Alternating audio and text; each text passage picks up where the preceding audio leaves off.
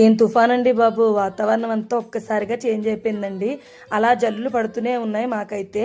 మా పిల్లలకైతే ఈ రోజు నుంచి హాలిడేస్ ఇచ్చారండి, 2 డేస్.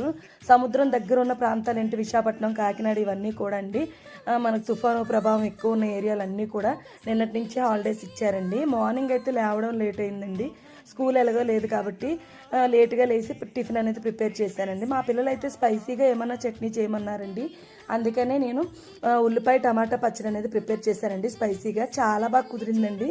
మీరు కూడా ఏమన్నా ట్రై చేస్తారంటే కామెంట్ సెక్షన్లో అయితే కామెంట్ చేయండి ఈ రెసిపీ గురించి. అలాగే అయితే మేము లేచి టిఫిన్ అనేది ప్రిపేర్ చేసుకున్నామండి. మార్నింగ్ మా వారైతే డ్యూటీకి వెళ్ళారండి, వచ్చేటప్పటికైతే మేము టిఫిన్ అనేది ప్రిపేర్ చేసేస్తున్నాము.